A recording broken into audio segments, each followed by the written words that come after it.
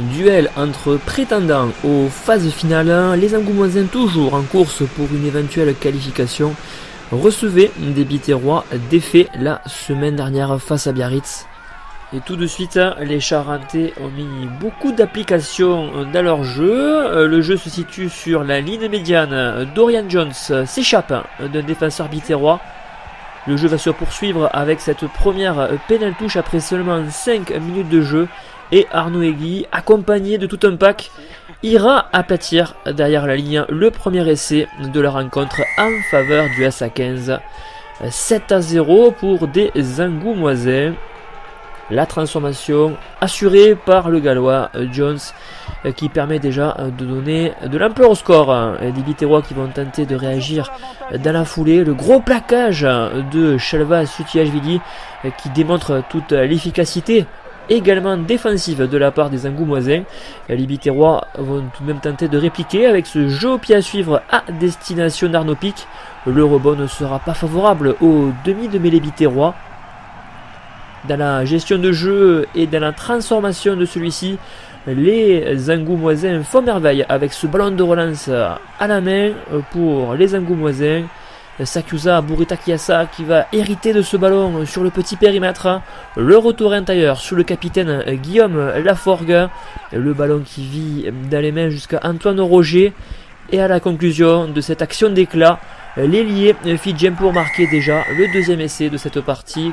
14-0 pour les Charentais après 22 minutes de jeu. Il n'y a qu'une seule équipe sur le terrain à Chanzy sur cette soirée en Charente. Encore un ballon de récupération qui va être joué par les Charentais. Monsieur Roussolet laisse l'avantage. Ayastaran va alerter tout de suite les extérieurs. La traversée du capitaine Laforgue. La transmission pour son troisième ligne, Sébastien Lollet, qui se joue du dernier défenseur biterrois pour aplatir le troisième essai en faveur des Angoumoisins. Toujours en réussite, Dorian Jones compile la transformation supplémentaire.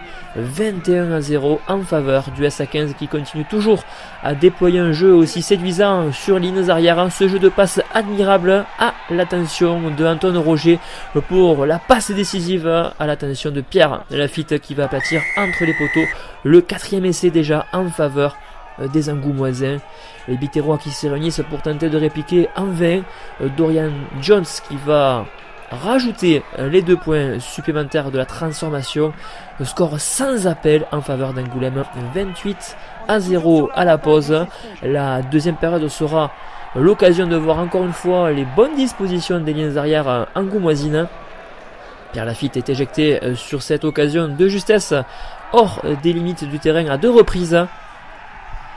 Il manquera quelques munitions pour les Biterrois pour essayer de répliquer avec toujours cette défense aussi incisive de la part des locaux.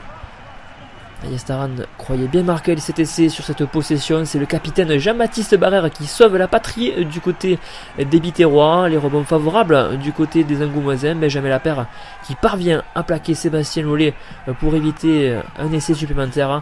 Des Biterrois qui auront l'opportunité de sauver l'honneur dans les derniers instants. Thibaut Suchier est servi sur le côté et projeté en touche in extremis par Younes El Jaï. Les Biterrois qui n'iront pas plus loin, score final 28-0 pour Angoulême qui s'offre un succès précieux dans la course à la qualification alors que les Biterrois eux s'alisent un petit peu plus vers le milieu de classement.